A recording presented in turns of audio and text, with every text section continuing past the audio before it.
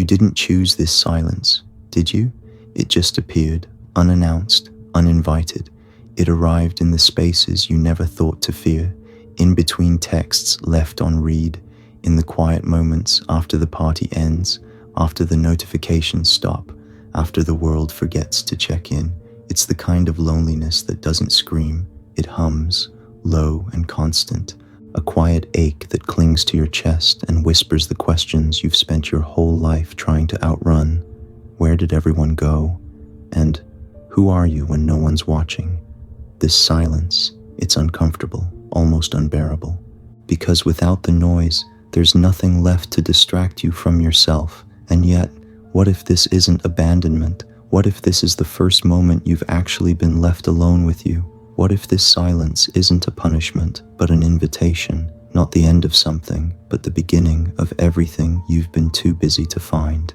You live in the most connected era in human history. At any given moment, you're one tap away from 100 conversations, 1,000 opinions, 1,000,000 distractions. Your feed is full, your phone buzzes, your group chats blink green like lifelines, and yet, despite this constant stream of digital connection, something's missing. You still feel a hollow space beneath it all, a quiet, gnawing hunger that no notification seems to satisfy. You scroll, you swipe, you react, you nod along to the rhythm of a world that never sleeps, hoping that maybe this time something will land, something will stick, something will feel like home, but it doesn't. Because presence is not the same as proximity. Because connection is not just a signal, a ping, a flash of attention. Real connection requires depth, not just contact. And what you're truly longing for can't be captured in pixels or measured in likes. Loneliness, you see, isn't simply the absence of people. It's the absence of being seen. It's that eerie dissonance you feel when you're surrounded by others, yet still feel completely invisible. It's the strange ache of laughing at someone's joke and feeling like no one notices when you stop. It's the weight of pretending everything is fine when, deep down, you're quietly breaking. Loneliness isn't always loud. Sometimes it just lingers, softly, persistently, like a shadow that follows you from room to room, and you've been conditioned to run from it, to distract yourself, to fill the silence, to perform your way out of that ache. But maybe the problem isn't the loneliness itself.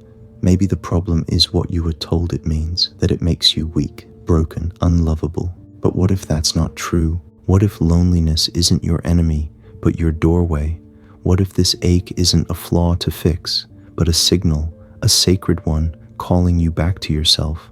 What if the reason you feel so empty is because you've never stopped long enough to hear your own voice echo inside the quiet? Maybe, just maybe, the loneliness isn't what's wrong. Maybe it's what's trying to make you whole. You keep trying to fill the silence. You overschedule, overthink, overcommit. You blast music in the background while you cook. You let a podcast play as you fall asleep. You scroll endlessly, letting the noise of other people's lives drown out the quiet of your own. Because silence, real silence, terrifies you, not because it's empty, but because it isn't. Carl Jung once wrote, "Loneliness does not come from being alone, but from being unable to communicate the things that seem important to you." And maybe that's the deeper truth you've been avoiding. You're not afraid of solitude. You're afraid of what might rise to the surface when there's nothing left to distract you. The emotions you've shoved down for years, the dreams you left behind in the name of practicality, the truths about who you are and what you want that no one else ever gave you permission to voice. You've learned to stay busy. You've learned to seek applause instead of understanding. You've learned to be whoever they needed you to be so you wouldn't feel that gnawing void. But the more you chase validation, the louder the silence becomes. It waits for you, not to punish you, but to show you what you've been running from.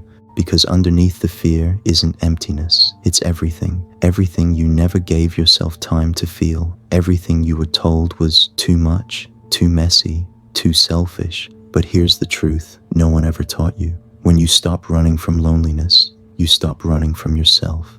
And that's when you begin to heal. That's when the silence becomes sacred, not because it's quiet, but because you finally feel seen by you. So if the silence scares you, that's okay. Let it. Let it strip away everything false, everything borrowed, everything performative, because when the noise fades and the masks drop, what's left isn't a void, it's you, and that's exactly who you've been trying to find. So pause, just for a moment, pause the scrolling, the replying, the performing. Step away from the noise, not to disappear, but to finally arrive, because this isn't a retreat from life, it's a return to yourself. Withdrawal has been misunderstood. We've been conditioned to think stepping back means we're giving up. That silence is weakness. That solitude is a sign we've lost our place in the world. But what if it's the opposite? What if the very thing you're afraid of, being alone, is the medicine you've been unconsciously craving? Let the notifications fade. Let them pile up. They will still be there tomorrow. Let the group chat keep buzzing. Let the inbox go unopened for a while. The world will not fall apart because you chose to be still. And if it does, maybe that world was never built for your peace to begin with. Let the chatter dissolve, not just around you, but inside of you. All the mental rehearsals, all the over-explaining, all the stories you tell yourself about why you can't rest, why you can't pause, why you must stay hyper-available to everyone but yourself. Because beneath all that noise is a place you've been avoiding, your own presence. And that's not selfish, that's sacred. Solitude, real solitude, isn't the absence of love, it's the beginning of it. It's where you stop chasing approval and start reclaiming your worth. It's where your nervous system exhales and your intuition begins to speak again. When you stop reacting to every external demand, something remarkable happens. You begin to respond, intentionally, consciously, with clarity. The world stops feeling so chaotic because you're no longer living from the outside in. You're living from center. This withdrawal isn't escape, it's alignment. It's remembering that your value isn't determined by how quickly you respond to a message or how much space you take up in someone else's life. It's remembering that you are not just a participant in life, you are its source. So step into that space you've avoided. Let it stretch out wide and unfamiliar at first. Let it hold you. Let it mirror back everything you forgot you loved. This isn't about turning your back on the world. It's about turning your face toward yourself. The moment you stop reacting, everything begins to change. And in the next part, we'll explore exactly why that inner shift is where your true power lives. Loneliness brings up everything you've tried to outrun, not just the silence, but what the silence reveals. The wound of not being chosen, the memory of standing on the sidelines, the echo of moments when you gave everything and still weren't enough, the shame that settled in your bones when love left too early or never came at all, and beneath it all, the quiet terror that maybe this is all there is, that maybe life is just a series of distant smiles and crowded rooms where no one really sees you. But here's what no one ever told you. None of that is the truth. These fears, these aching thoughts, they're not prophecies, they're not facts, they're echoes, emotional imprints left behind by childhood expectations, cultural conditioning, and years of comparing your life to someone else's highlight reel. Loneliness doesn't mean you're broken, it means you're deep, it means you feel, and feeling is not a weakness, it's a doorway. You think your loneliness proves your inadequacy, but it only proves your sensitivity, your capacity to love, to long, to reach. That ache you feel, that's not emptiness, it's space. And space means possibility, because the parts of you that hurt in solitude, the insecurity, the grief, the longing, those aren't flaws, they're fragments. They're the unclaimed genius waiting in your shadow. Carl Jung called the shadow the hidden part of the self we refuse to acknowledge. But within that darkness lies gold, the pieces of your truth that never had a safe place to live, the boldness you buried to be likable, the wildness you tamed to be acceptable, the creativity you dismissed as unrealistic, the needs you silenced to keep the peace. Solitude gives you a chance to listen, to really listen, not to the fear, but to what lies beneath it, not to the voice of your inner critic, but to the parts of you that were never allowed to speak. And when you stop treating aloneness as punishment, something profound happens. You begin to see it not as exile, but as initiation, not as abandonment, but as a rite of return. You were never meant to stay masked, performative, edited for consumption. You were meant to come home to yourself, fully, fiercely, honestly. And solitude?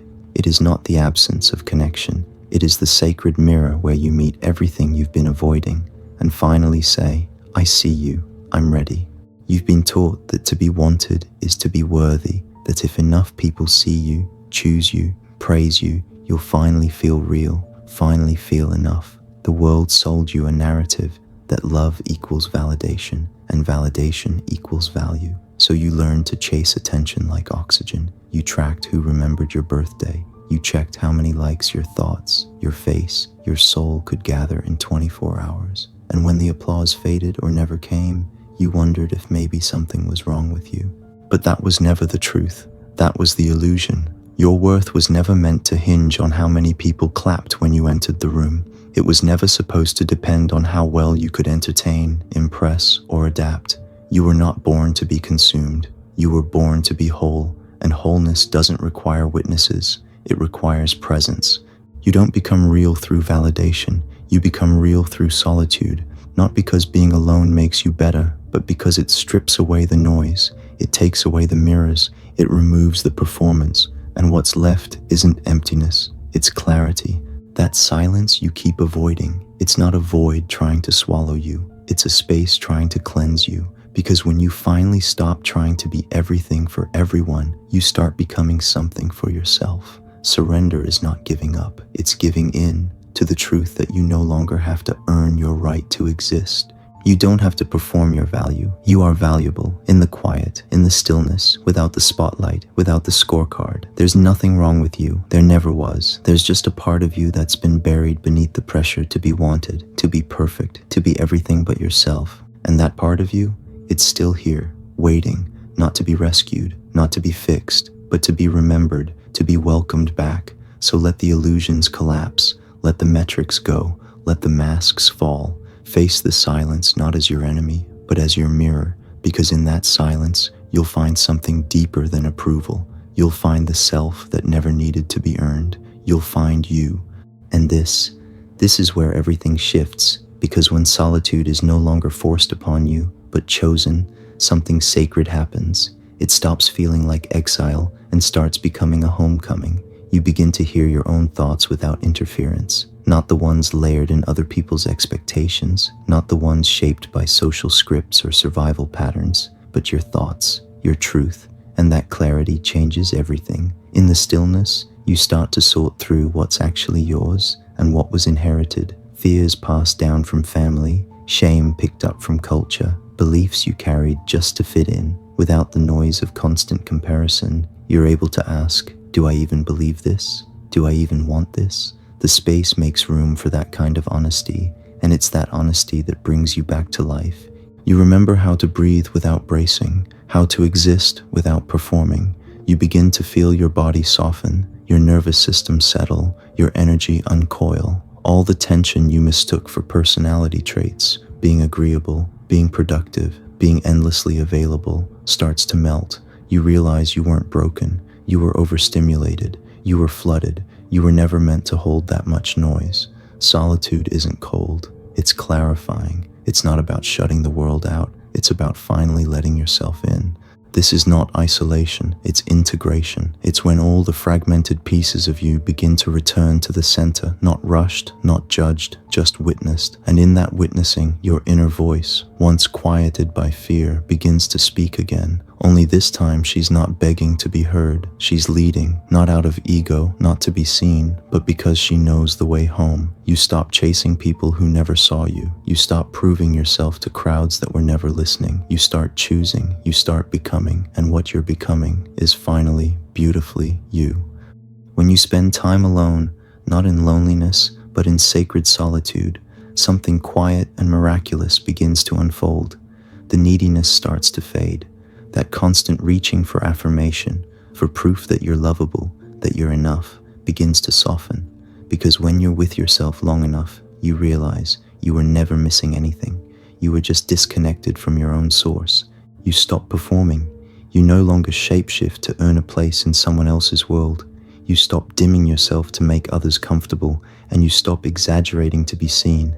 Instead, you begin to live with precision. Every decision, every word, every boundary begins to reflect who you truly are, not who the world taught you to be. And in that precision, there is power. You begin to love differently, not out of desperation, not to fill the emptiness in your chest or to silence your insecurities, but from overflow, from fullness, from the steady truth that your love is not a currency, it's a gift, one you offer because you are already whole. And whole people, they don't chase love, they don't beg for attention or bend themselves into something more palatable. They attract resonance. They draw in people, opportunities, and experiences that match their inner clarity, not because they're perfect, but because they are true. This is the quiet miracle of sacred solitude. It doesn't make you more liked, it makes you more you. And from that place, life stops being something you audition for. It becomes something you create from the inside out.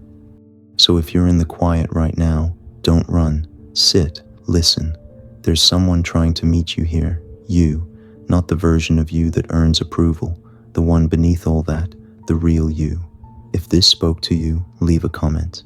I am learning to love my own company. And if you're ready to go even deeper, subscribe to the channel.